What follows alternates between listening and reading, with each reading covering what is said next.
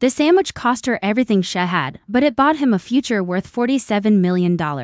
That's what Isaiah Mitchell's company is valued at today. $47 million. But every morning he wakes up thinking about peanut butter and jelly. Victoria was 9 years old. Her family had nothing. But when she saw the starving boy through the chain link fence, she made a choice that defies logic. She gave him her lunch. Not once, but every single day for 6 months. No one asked her to. No one thanked her. And when that boy vanished, all he left behind was a wild, childish promise. I'll marry you when I'm rich. 22 years have passed since that day. That boy is now a CEO. A ghost in a glass tower who has spent 5 years and a fortune hunting for the girl who saved his life. Tonight, he believes he's finally found her. A routine document crossed his desk 3 weeks ago. A petition opposing his latest development project. One signature jumped off the page. Victoria Hayes, community organizer, South Chicago Night. There's a meeting at that community center. He's not sending law wires. She will be there. She is wearing the only piece of him she has left. Neither of them knows they are scones away from a reunion that will change an entire city. This is the story of the promise. 6 a.m. Isaiah Mitchell wakes up in a penthouse that overlooks Lake Michigan. The view costs more than most people earn in a lifetime. The espresso machine hums. A $7,000 piece of Italian engineering. He takes a sip. He feels nothing. The system sent him to 7 foster homes in 3 years after that day at the fence. Most kids would have broken. Isaiah did something different. Something changed in him the day Victoria gave him her coat. He wasn't just surviving anymore. He was fighting to become someone worthy of that sacrifice. He worked 2 jobs through high school, dishwasher at night, stock boy on weekends. He clawed his way through community college on 4 hours of sleep. He saved $11.00 and bought a condom duplex at a county auction, fixed it with his own hands, sold it. Bought 12 more. By 30, he owned a property development company valued at for $7 million. By 32, he had everything money could buy and he had never been emptier. His apartment is perfect and it is perfectly dead. No photos, no clutter. It looks like a hovel. It feels like a tomb. His phone buzzes. A $12 million deal just closed. He types good and locks the screen. The money is just numbers now. It was always just a means to an end. He walks to his desk and unlocks the only drawer that matters. Inside, encased in glass like a museum artifact, is a faded, fraying red ribbon. It is 22 years old. It is the only thing in this high-risk that is real. Isaiah touches the glass. He has investigators, lawyers, and approbate research teams scouring every database in Illinois. He searched social media, voter registrations, employment records. Victoria Hayes is a common name. He found 47 of them in Chicago Loney. Dead ends, all of them. Then 3 weeks ago, a community petition landed on his desk. Opposition to his South Chicago development. One signature. Victoria Hayes, age listed 31. That would make her 9 years old in 2002. His shins trembled when he read it. Tonight there's a contentious community meeting at the South Chicago Community Center regarding his project. His lawyers warned him to stay away. These meetings are war zones, they said. Let us handle it. Isaiah grabs his coat. He grabs the ribbon. He's going in. As he drives south, the memories hit him like a physical blows. 22 years ago, Isaiah was 10, an orphan of the system, slipping through the cracks after his mother overdosed in a motel bathroom. The social worker was supposed to come. She never did. Isaiah wasn't just hungry. He was fading. 2 weeks on the street, sleeping in doorways, eating from garbage cans behind a grocery store. He had found Lincoln Elementary by accident. Drawn by the sound of children lying, he collapsed outside the fence, watching other kids eat lunches their parents had packed with love. He was invisible. A ghost pressed against glass of a world that had no place for him until she saw him. Victoria, braids tied with a red ribbon, bright eyes, worn-out shoes with holes in the soles. She lived in subsidized housing 3 blocks away with her grandmother. Her dinner was rice and beans. Her breakfast was oatmeal, but her grandmother had taught her the golden rule of the poor. We share what we got because somebody shared with us. Her friends told her to stay away. They called him creepy, dangerous, probably on drugs. Victoria didn't see a threat. She saw a boy who was dying. She walked to the fence holding her treasure. A peanut butter and jelly sandwich, an apple, and a juice box. Heavenly food until nightfall. She pushed it through the metal diamonds. Why are you doing this? Because you look like you need it more than me. She came back the next day and the next. Her grandmother noticed within a week. Victoria came home, her stomach rolling. She confessed everything, terrified she'd be punished. Her grandmother was silent for a long moment. Then she started packing 12 lunches every morning. That boy I somebody's baby. Ain't nobody looking out for him, so we will. For 6 months, the Hayes family fed a stranger. They had almost nothing and they gave half of it away. When winter came and the temperature dropped to 15, Victoria didn't just bring food. She brought her own winter coat, the only one she had. She shivered in a sweater for 3 weeks so Isaiah wouldn't freeze. She saved his life. And then without warning, the system found him again. A truancy officer spotted him near the school. Police came. Social service followed. The day they took him, Isaiah had 30 seconds. He ran to the fence one last time. Victoria was crying. He undid the red ribbon from her hair, tore it in half, and pressed one peach into her palm. Keep this. I'm going to come back for you. I'm going to marry you when I'm rich. I promise, she laughed through her tears. Headed it, he meant every word. 700 p.m. South Chicago. The room ice-packed. 60 people, maybe more. Angry, skeptical, exhausted from years of broken promises. They see Isaiah Mitchell not as a lost boy who once starved on these streets, but as a vulture, another developer here to gentrify their neighborhood, displace their families, and hang a luxury living sign over the ashes. Isaiah stands out front, flanked by lawyers in expensive suits. He looks polished, wealthy, untouchable, everything they despise. He starts his presentation telling about affordable units and community investment and long-term partnership. The crowd murmurs. They've heard this language before. A hand shoots up in the middle of the room. A woman stands, professional attire, notepad in hand, reading glasses pushed up on her forehead. Mr. Mitchell. Isaiah stops mid-sentence. Victoria, I grew up 3 blocks from here. I've spent 12 years as a social worker in this neighborhood, watching programs get defended and promises get broken. I've seen 6 developers stand where you're standing, say exactly what you're saying, and then build condos that none of my clients can afford. She pauses. The room is silent, hanging on her words. So, I have one question. How do we know you are any different?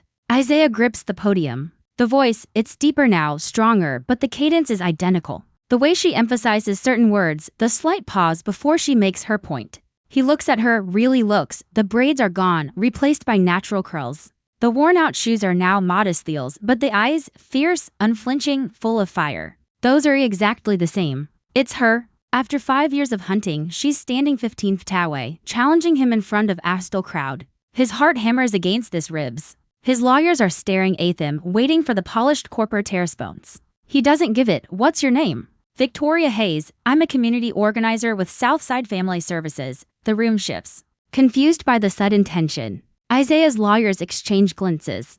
Isaiah abandons his script. He steps out from behind the podium.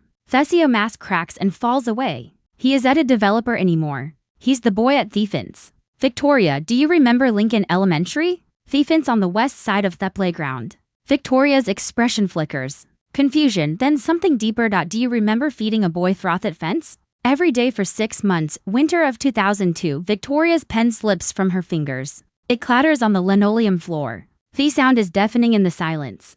Her hand flies to her neck, clutching something hidden beneath her blouse. A silver locket. Isaiah, I told you I'd come back. He reaches into his jacket pocket and they didn't tride off into the sunset. This isn't a fairy tale. It's real life, and real life is complicated.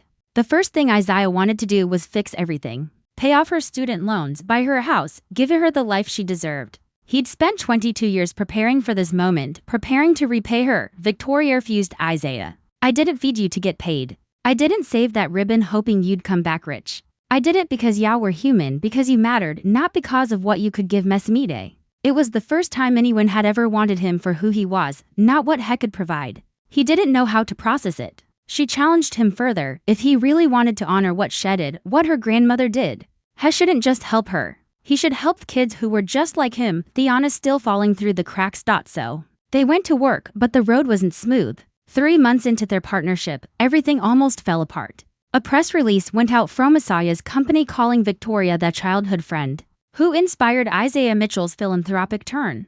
The story was picked up by local news. Suddenly, Victoria was a footnote in his narrative, the grateful recipient of Eric Mann's generosity. She confronted him in his office at 10 p.m., door slamming behind her. I'm not your origin story, Isaiah. I'm not your redemption arc.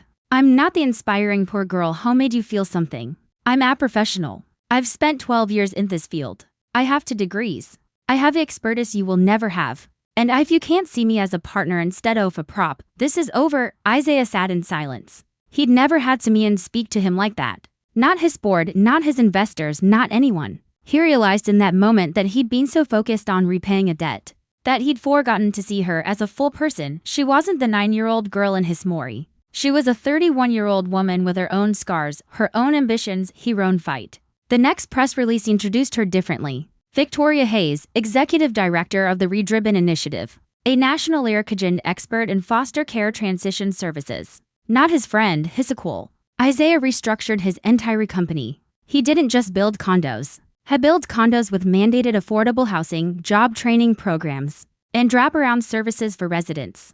He launched the Red Ribbon Initiative with $10 million of his own money dedicated entirely to youth aging out of foster care. He provided the capital. Victoria provided the vision. She designed the programs, hired the staff, and fought every bureaucrat and politician who stood in the way. They worked late nights, they argued over budgets, they clashed over priorities. And some were between the board meetings and the city visits. The love that started through a chain link fence bloomed into something good old, something tested.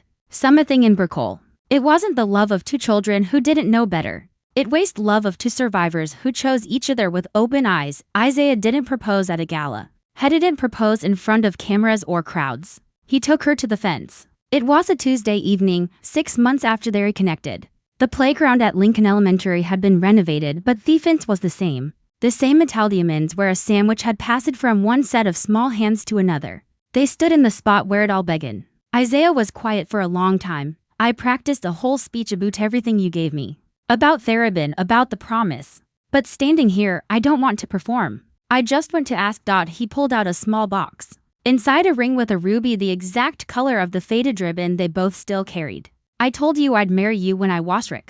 I'm not rich because of the money, Victoria. I'm rich because I found you. Will you marry me? You kept your promise. Of course, I'll keep mine. They married at that same playground 3 months later. 60 guests. Her grandmother, 91 years old, watching from front row in a wheelchair, weeping. 1 year after that, the Victoria Hayes Center for Youth opened its doors in South Chicago. The ribbon-cutting ceremony drew press from across the country. But Victoria didn't cut the ribbon herself. She handed the Szorsto, a 17-year-old boy aging out of foster care, the first resident of the new transitional housing program. This building isn't about Isaiah and me.